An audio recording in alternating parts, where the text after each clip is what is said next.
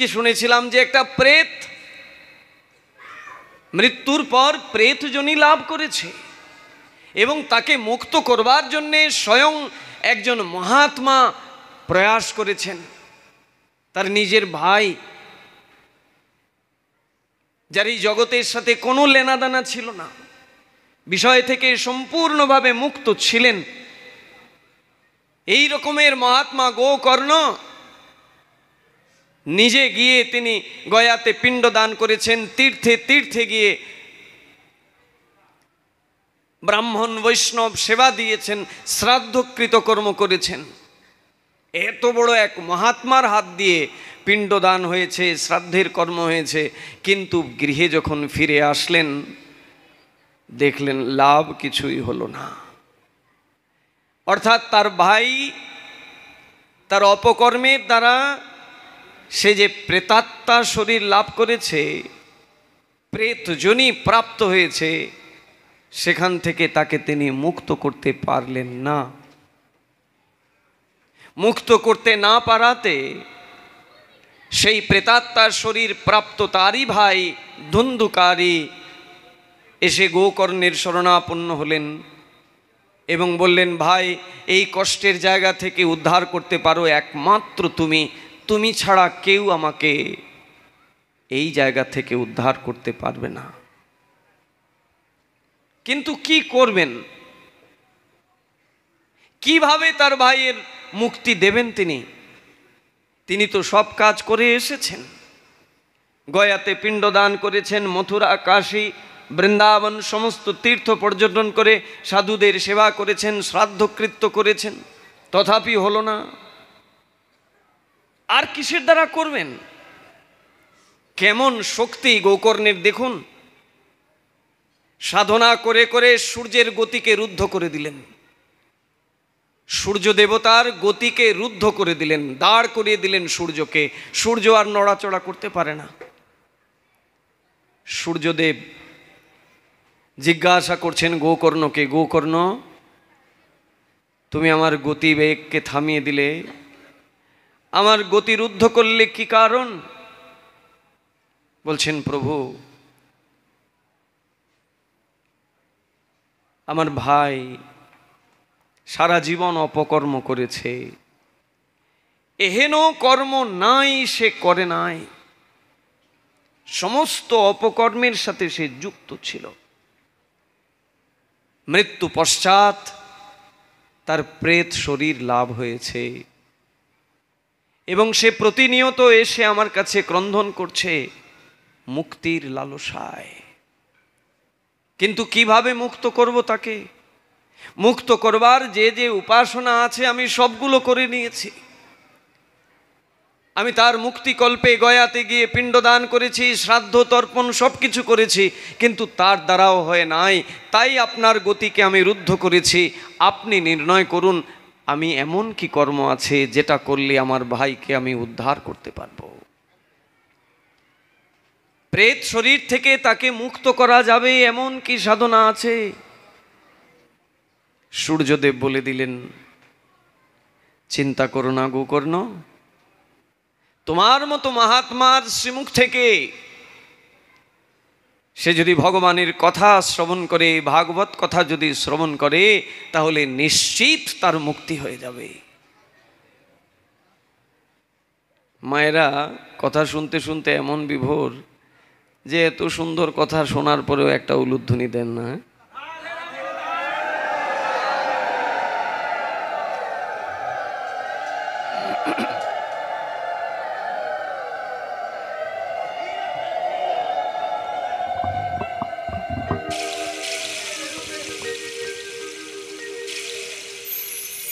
বললেন, যাও 7 দিন ব্যাপী ভাগবত কথার আয়োজন করো, 7 দিন ব্যাপী ভাগবত কথার আয়োজন করো। ওই কথা শ্রবণের দ্বারাই তোমার ভাইয়ের আত্মকল্যাণ হবে। শুধু প্রেত শরীর থেকে মনুষ্য শরীর লাভ হবে এমন না গো। ভগবানের কথা শ্রবণ করে প্রেত শরীর থেকে মনুষ্য শরীর তো প্রাপ্ত হবেই হবে, এতে কোনো সন্দেহ নেই। এবং দিব্য শরীর লাভ করে সে ভগবত লোকে গমন করবে, এমনই শক্তি আছে ভাগবত কথার। যাও সেই কথার ব্যবস্থা করো। তাই করলেন, এবং যেভাবে সূর্যদেব বলছিলেন তাই সত্যি হলো। সেই প্রেত শরীর প্রাপ্ত ধুন্ধুকারী দিব্য মনুষ্য শরীর লাভ করলেন, এবং মনুষ্য শরীর লাভ করে তিনি দিব্য রথে চড়ে ভগবত লোক গোলক বৈকুণ্ঠে পৌঁছে গেলেন, গোলক বৃন্দাবনে পৌঁছে গেলেন। কথার তাৎপর্য হচ্ছে, এবার আপনারাই নির্ণয় করুন কোন কথা শুনতে বসেছেন আপনারা। যে কথা শ্রবণ করে একটা প্রেতাত্মার মুক্তি হয়ে ভগবত লোকে চলে যেতে পারে, সেই কথা কি কথা, আর সেই কথাকে কেমন করে শ্রবণ করতে হয়। 2 কথা 4 কথা শুনলাম আর ঘুমিয়ে একদম মুখ থেকে লালা টালা বের হয়ে গেল।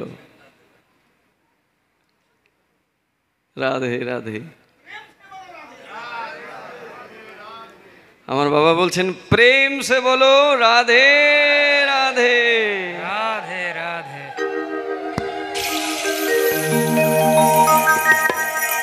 সেই রাধারানীর কিঞ্চিত মহিমা আমরা আগামীকাল শুনব। যদিও ভাগবতে রাধারানীর নাম উল্লেখ নেই কোথাও। রাধারানীকে ছাড়া কৃষ্ণের কোনো অস্তিত্ব থাকতে পারে? অথচ কি আশ্চর্যের বিষয়, সেই রাধার কোনো প্রসঙ্গই নেই শ্রীমদ্ ভাগবতে। রাধাকে বাদ দিয়ে ভাগবত হতে পারে কখনো? তাহলে সেই বিষয়টাকে আপনাদের সকলের আশীর্বাদ নিয়ে আমরা কালকে অনুশীলন করব। আমি বলবো, এটা বললে অহংকার হবে। আমরা সবাই মিলে একসাথে বসে অনুশীলন করব, আর সেই অনুশীলনের দ্বারা হয়তো আমরা সেটা জেনেও নিতে পারবো যে আদৌ কি রাধারানীর নাম নেই, নাকি পুরো ভাগবত জুড়েই রাধারানী বসে আছেন।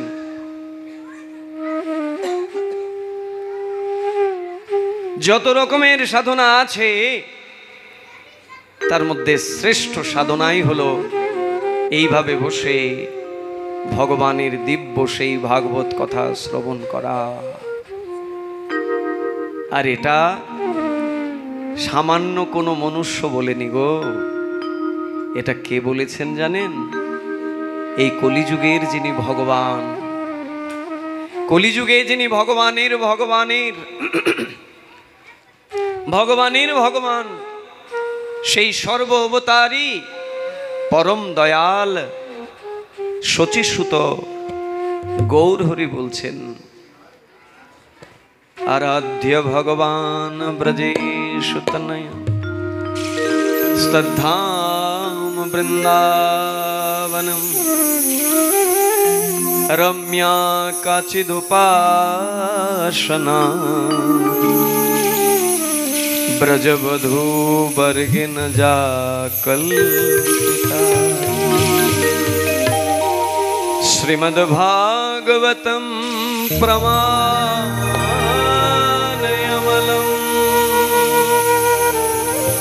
প্রেম পুমর্থি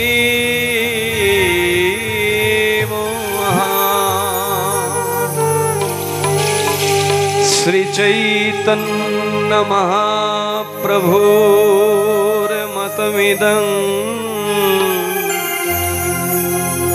তত্রাদরনো পরঃ।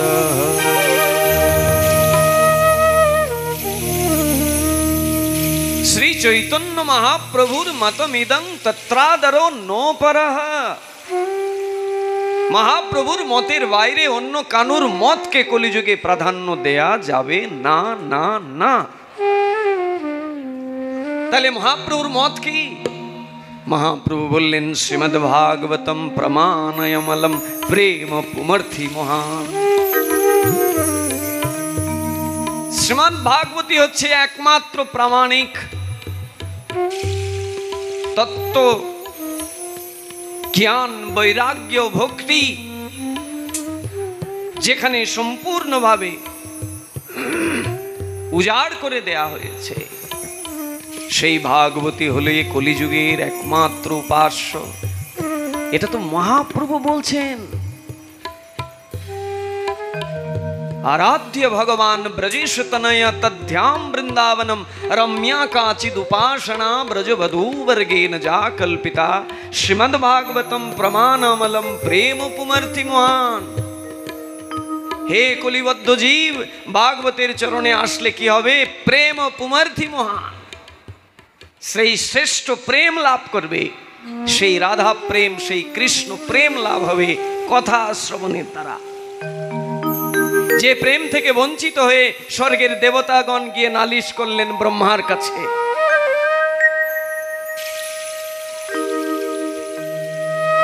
স্বর্গের দেবতাগণ গিয়ে ব্রহ্মলোকে সত্যলোকে গিয়ে হাজির হলেন ব্রহ্মার কাছে, গিয়ে বলছেন হে পিতামহ, আমরা দেবতাগণ গেলাম, তাও খালি হাতেও যাইনি,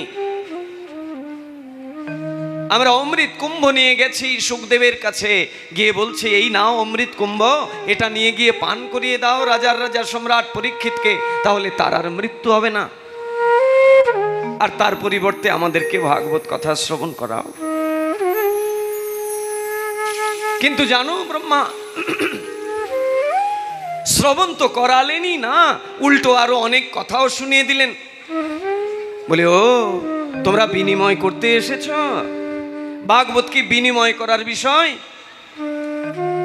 তোমরা এসেছো অমৃত দিয়ে ভাগবত কিনে নেবে? ভাগবতের কৃপা পেতে গেলে শ্রোতার আসরে বসতে হবে। ভাগবত এরকম নয় যে কিনে নিয়ে বাড়িতে চলে গেলাম আর ভাগবতের কৃপা হয়ে যাবে, কখনোই নয়। শ্রৌত পন্থায় সেটা নিতে হবে, শ্রবণের আসরে বসতে হবে, শ্রোতার আসরে বসে শ্রবণের দ্বারা তবে গিয়ে সেই ভাগবত সুধাকে জানা যাবে। আপনি বলুন ব্রহ্মা, এমন কি আছে ভাগবতে যে আমাদের অমৃতকে পর্যন্ত তুচ্ছ করে দিলেন সুখদেব গোস্বামী? হাসলেন ব্রহ্মা, হেসে একটা তুলাদণ্ড নিলেন। তুলাদণ্ড মানে দাড়ি পাল্লা। একদিকে সমস্ত পুরাণ, উপনিষদ, সংহিতা, মহাভারত আদি সব কিছুকে বসালেন। তুলাদণ্ডের এক পাল্লায় সমস্ত পুরাণ। মা তো ঘুমিয়ে পড়ে যাচ্ছে, রাধে রাধে। কষ্ট পাওয়ার কিচ্ছু নেই মা, আমারও ঘুম আসছে, আর আপনারা যদি ঘুমান আপনাদের দেখলে তো আমারও সেই সংক্রামক ব্যাধি লেগে যাবে। এটাও একটা সংক্রামক ব্যাধি, একজন ঘুমালে পাশেরটাও ঘুমায়, আর এদিকে যে দৃষ্টি দেয় তারও ঘুম আসে। তাই দয়া করে আপনারা ঘুমাবেন না, আপনারা ঘুমালে কিন্তু আমিও ঘুমিয়ে পড়ব। ঘুমিয়ে পড়েছিলেন তো এই জন্য অভিমন্যুকে চক্রব্যূহে মরতে হয়েছিল। কথা শুনতে শুনতে ঘুমিয়ে পড়েছিলেন না? অভিমন্যুর মা ঘুমিয়ে পড়েছিলেন, এই জন্য চক্রব্যূহের মধ্যে পড়ে তাকে মরতে হলো অভিমন্যুকে। যদি না ঘুমাতেন তাহলে অভিমন্যু চক্রব্যূহতে প্রবেশ করাটা যেভাবে জানতো, বেরোনোটাও জানতো, বেরিয়ে নিজেকে রক্ষা করতে পারত, কিন্তু জানলো না। মা তার আগে ঘুমিয়ে গেলেন। তাই কথা চলাকালীন সময়ে ঘুমিয়ে গেলে তাহলে আর কি নেব আমি? আর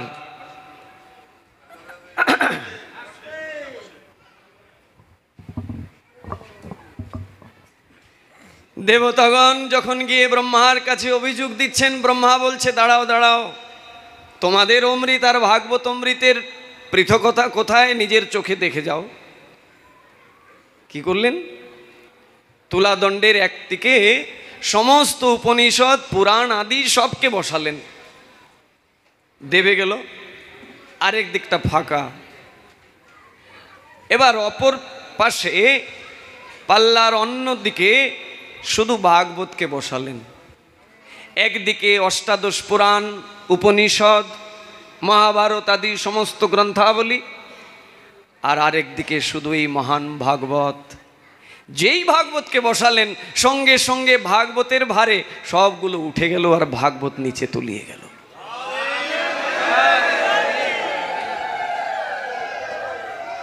এ হলো ভাগবত। তমাদিদেবং করুণানিধানম निदानम्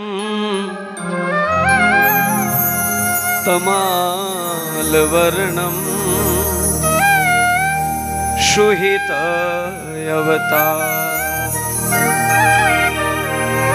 अपारे संसार समुद्र से तुम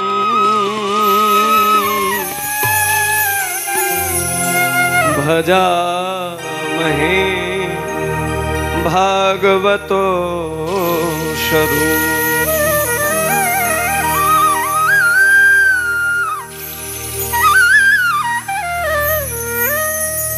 বলছে তোমরা কাচের সাথে মহামূল্যবান মরকত মণির তুলনা করো। কোথায় কাচ আর কোথায় মরকত মণি? শ্রীমদ্ ভাগবত হচ্ছে মণি, আর তোমাদের কাছে যে অমৃত কুম্ভের অমৃত আছে এটা তো কাচ। কাচের সাথে মণির তুলনা হয় কখনো? তারপরেও ভাগবতের আরো মহিমা জানতে পারবে, একটু অপেক্ষা করো। 7 দিনের যে শ্রবণটা হবে সেই শ্রবণের পরে পরীক্ষিতের কি গতি হয় নিজের চক্ষুতে একবার দেখে যাও তোমরা।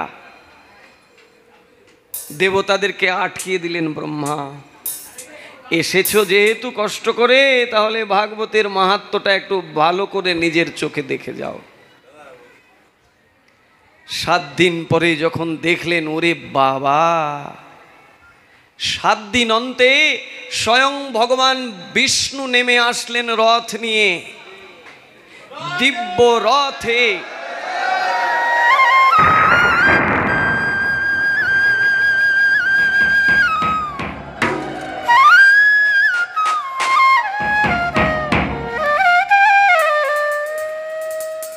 দিব্য রথে চড়ে স্বয়ং ভগবান বিষ্ণু নেমে আসলেন, তার ভক্ত পরীক্ষিতকে নিয়ে যাবেন তার নিজ আলোয়, নিজ বাড়িতে।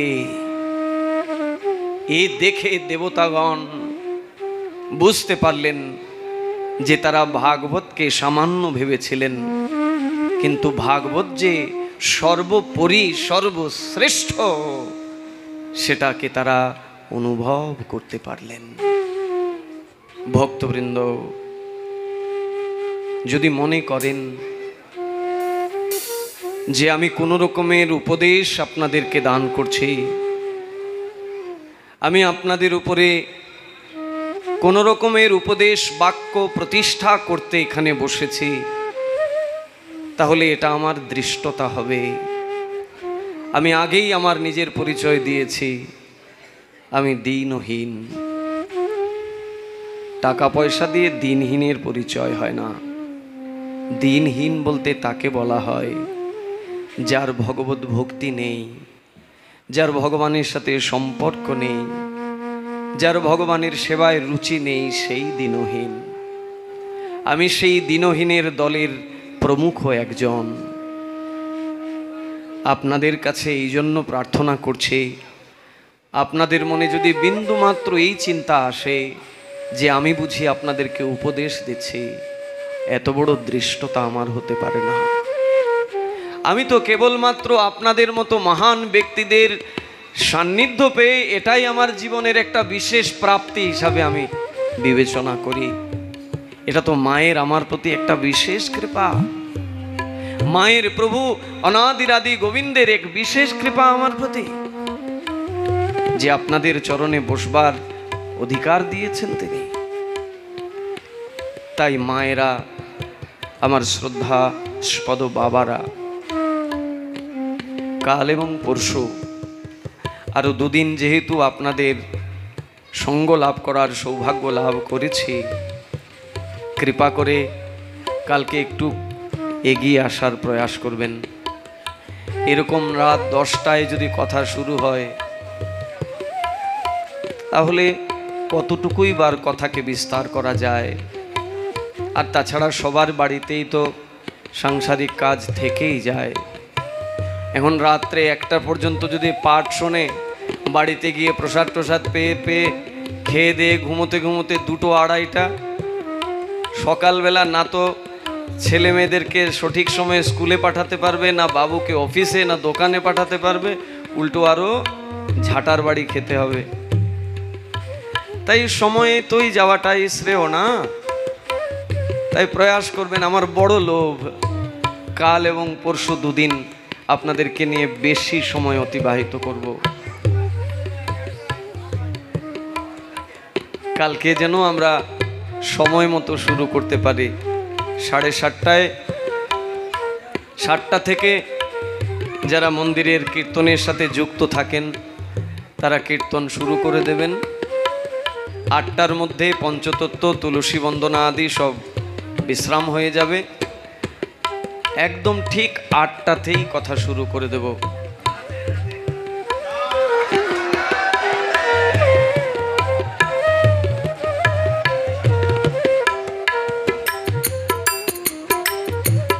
ভক্তবৃন্দ,